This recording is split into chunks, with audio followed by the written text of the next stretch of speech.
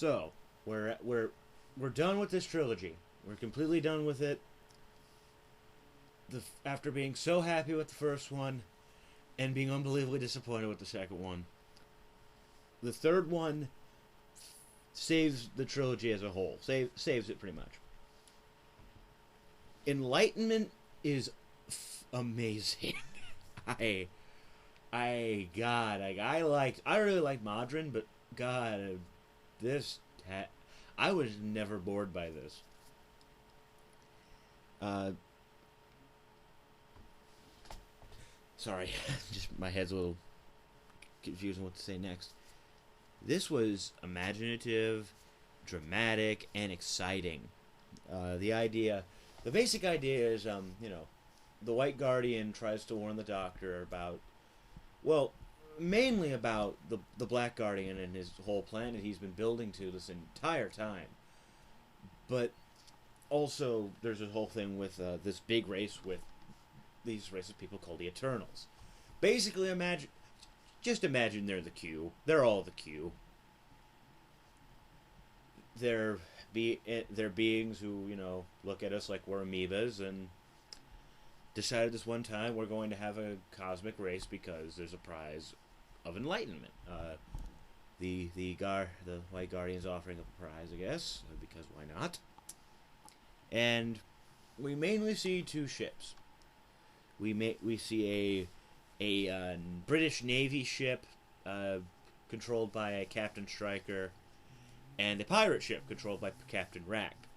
Now, Stryker's ship is full of, and this applies to every ship, but they're full of actual, to the time period, naval officers. The idea being each Intertal kind of chose a sea ship of some sort and chose, that kind of crew, and instead of just having a bunch of other Eternals act like the crew, scooped up an authentic crew from a ship and had them participate and basically, act as if they were on a regular cruise ship without their knowing. Only they're going into this big race. And Stryker and his right-hand man, who I'll talk about a little bit more, they are basically the prime example of how the Eternals act. They're very stuck up, really. They're just like, I don't care, I want to win the race, and I don't care what happens to any of these lesser beings. Also, they never blink. They a big part of the what the director called for and what the writer called for was that they never blink. They would never blink to make them look, otherworldly, like, oh, the most mundane problems don't bother them. And it gave them this eerie feeling that made them seem not human. Because if you ever actually, pay attention to the fact that someone's not blinking, it's weird, but yeah. And it's one of those things that you may not notice. But I kind of did. And then, they mention it in the making of and the commentary and blah, blah, blah. So Stryker's, the main thing. I was happy to see this guy, especially after listening to Plague of the Daleks, where the actor would show up. And it's good to see him in something that's not boring or stupid. That's all I'm going to say. I'm very happy to see that. Now, there's also the Mariner, the right-hand man I talked about. He is the creepiest man on the planet. He is the creepiest thing I've ever seen. He not only does, he does the not blinking thing, he smiles. He has this uncomfortable smile. And he grows this really weird affection for Tegan.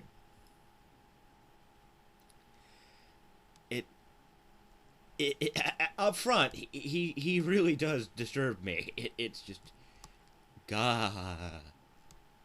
But I think, that added to the whole, well, he's not human, and he doesn't understand how a human, would react. He doesn't know that humans wouldn't find this uncomfortable. And, kind of focusing and hanging around with Tegan, he more and more understands you know, the looking for her mind and all that, because they're Eternals, they can see all and be all. They definitely, he definitely kind of changed,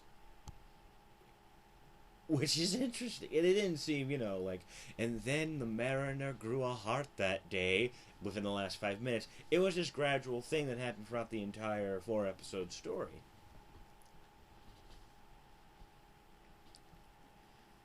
And, oh, wait, I almost forgot. And I know, well, actually, no, I know what I'm going to do next.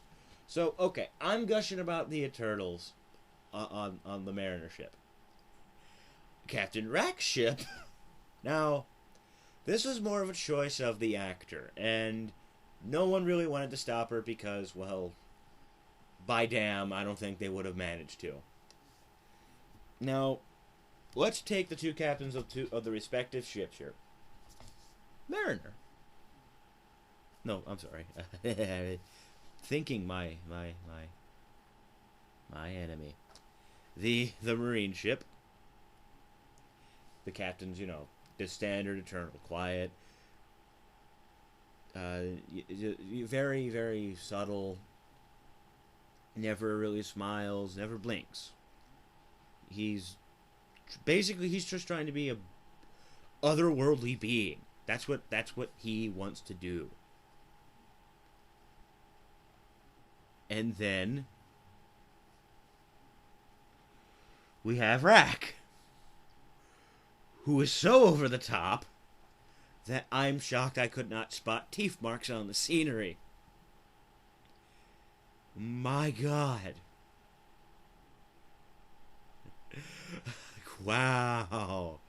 Yeah, she entirely contradicts the idea of being an Eternal, but didn't care because she was told she was allowed to be a pirate, and said, fuck this, I want to be a pirate. I will say this, she's so much fun. Is she over the top? Yes. And I know I've looked up. I know people aren't happy that she is this over the top character. But for the express purposes of being a pirate, I think it's fun.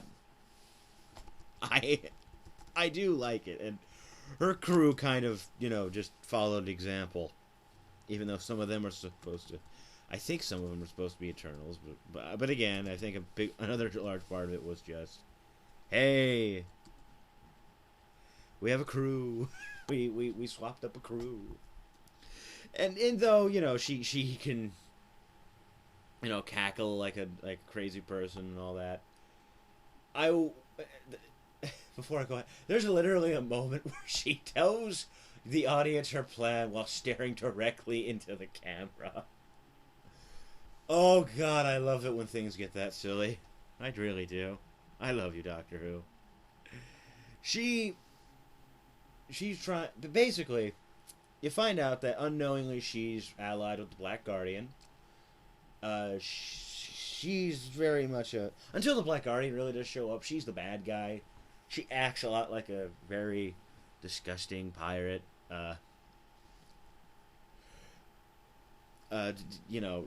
Does stuff to, she at one point hypnotizes Tegan, gives her this weird jewel to kind of set up a big plan.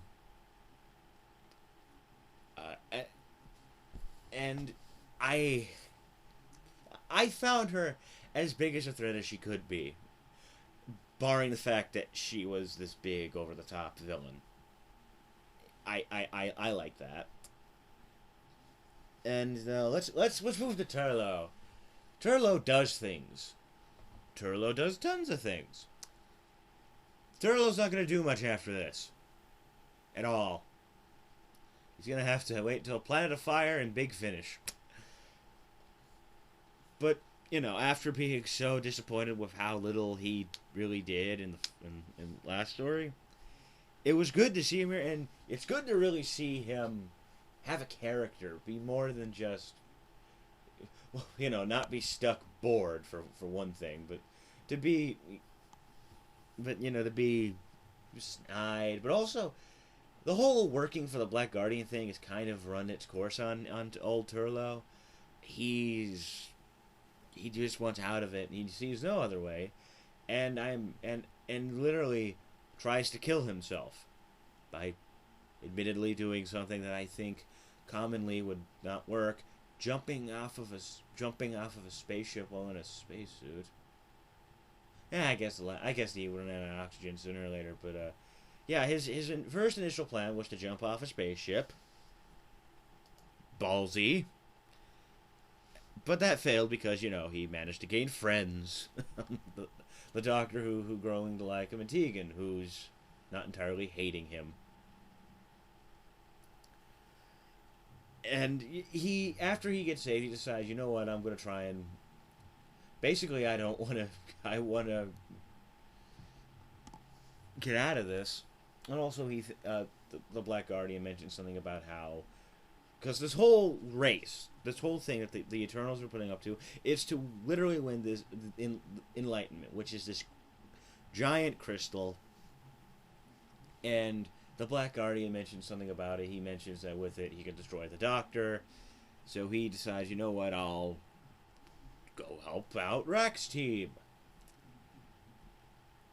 And it all, ends up with the inevitable meeting of the White and Black Guardian, both still sporting really ridiculous birds, and Turlough, who, though admittedly is going through a lot of "I'm Turlough" acting, eventually, makes the big decision to give up Enlightenment, make a choice, and blah blah blah. The Black Guardian's defeated, and everyone's off to have, well, they're off to go and meet the Master, who is doing something unbelievably stupid, but they have to have more lighthearted adventures by comparison.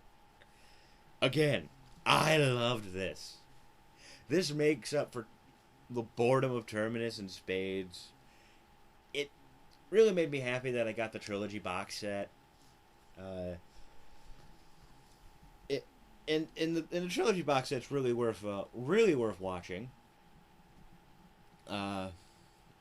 Besides, the fact that it has the story's really good, it has wonderful making of features. It also features a special edition. Some of every once in a while they like to do a special edition of a story. Usually stories where there's footage. Like, for example, there's a version of Curse of Fenric where they added in this whole 12 minutes of footage back in. And they also cut it up and, make it one whole big story instead of serialized. And with this one, they took a lot of stuff out, put a few things back in, and it runs a lot tighter. And I had seen the original. I've watched this twice. The original transmitted serialized version, and then I watched the special edition for the refresh here. And I liked it a lot. And it also has, updated special effects. Nothing too big. Usually just replacing backgrounds, mainly, and replacing the ships with CG-looking ships. They're not 100% great, but again, if you don't like this, if you are one of those people who constantly despises George Lucas, don't worry. They give you the option and let you have your regular edition.